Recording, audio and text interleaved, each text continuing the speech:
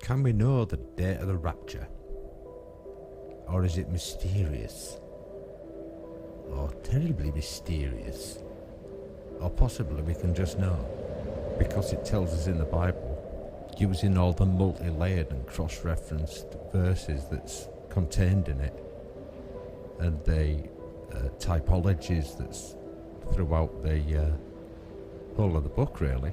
The Bible doesn't say rapture. It doesn't print it anywhere in the King James Version. It's just not a word that's used in it.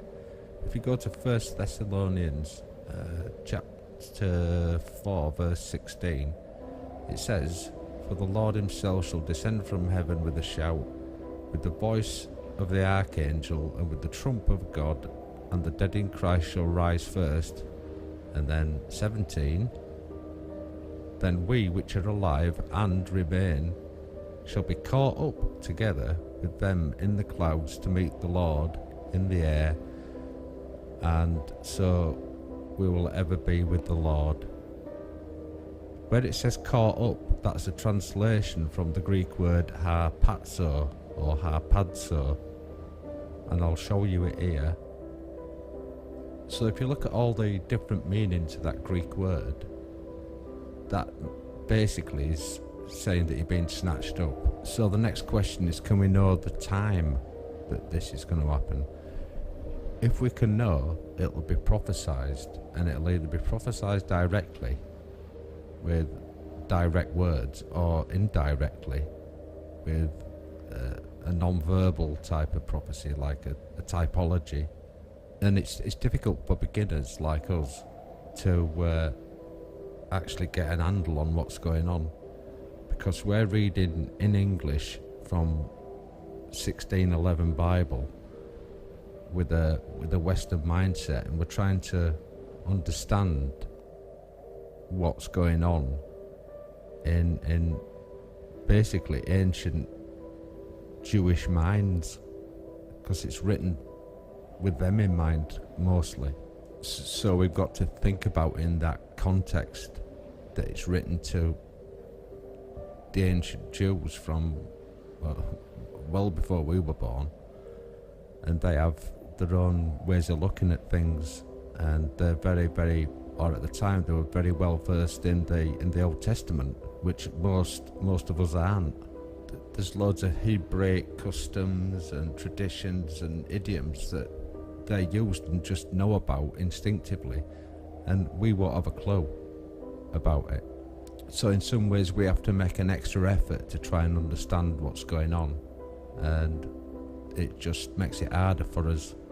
And I think a good example of a type or an idiom of I think that's the right way to put it, of the rapture is the Jewish wedding tradition, the ancient Jewish wedding tradition, where there was a betrothal, and then the bride and the groom were separated. The bride went back to her house, and the groom went back to his house, and he made an extension or extra rooms. And at some point, the groom's father had just said, "Right, that's enough now. We've done enough. Go and get your bride." So the groom would trot along with his wedding party, usually about midnight, and someone in the party would blow an horn, like a trumpet thing, and the bride would be all surprised, and she'd come running out to meet him, and that'd be it. They'd go get married then. The Jews have feast days, but they're not what we would think of as a feast. It's basically an appointment with God, and it's been ordained by God from way back in Old Testament in Leviticus, and they took them pretty seriously. I mean, you wouldn't want to miss an appointment with God, a divine appointment, and you turn up late or you just don't bother with it. It wouldn't go down well. One that we're interested in is the Feast of Trumpets, Rosh Hashanah, and it's in September, and it starts on a new moon, and the moon's got to be a certain percentage lit up. The crescent side of it has to be, I think it's 6% of the surface of the moon has to be lit. It's something like that. I don't exactly know, to be honest with you, but it's along them lines. And it's basically the new year. But it's part of they've got like a religious calendar, it's part of that. And at the moment, it's the year 5777. And in September, around about 23rd, it's going to be around that time. It's going to change to 5778. Now, there's lots of things you can look up on Bible numbers, and it gets very interesting. But I'm not going into it here.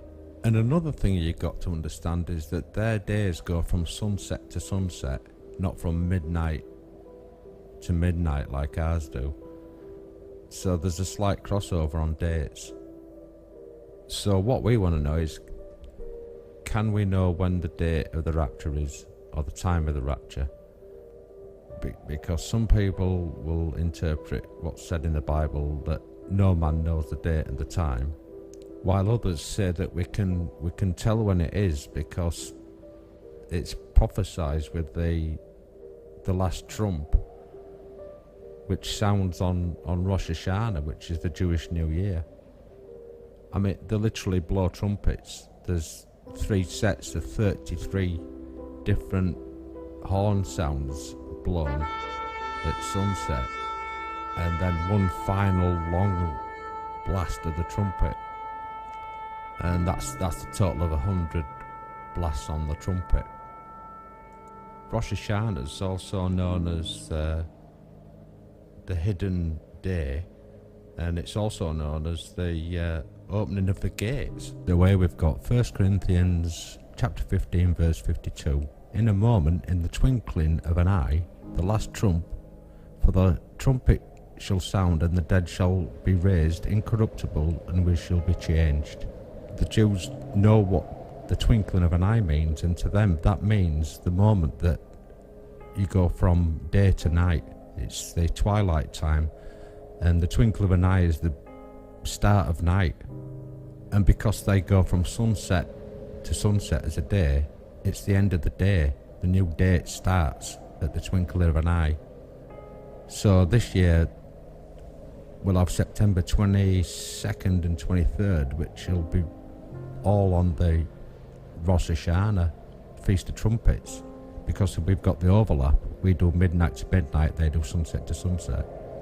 That looks like a rapture passage to me, and it's got last trump, twinkling of an eye, and a change. So if we look at the sign again, you've got a woman giving birth to a child, and there's a dragon waiting to devour it, and the child is snatched away, rescued. Why do we need rescuing? Why is it going to be like that? Have you thought about that? Why we have to be grabbed away like we do? Is something going to happen that we need to be saved from? Because that sign looks like a last minute rescue, which is usually a desperate situation. So what's shaping up right now, and what can we expect to happen in the future?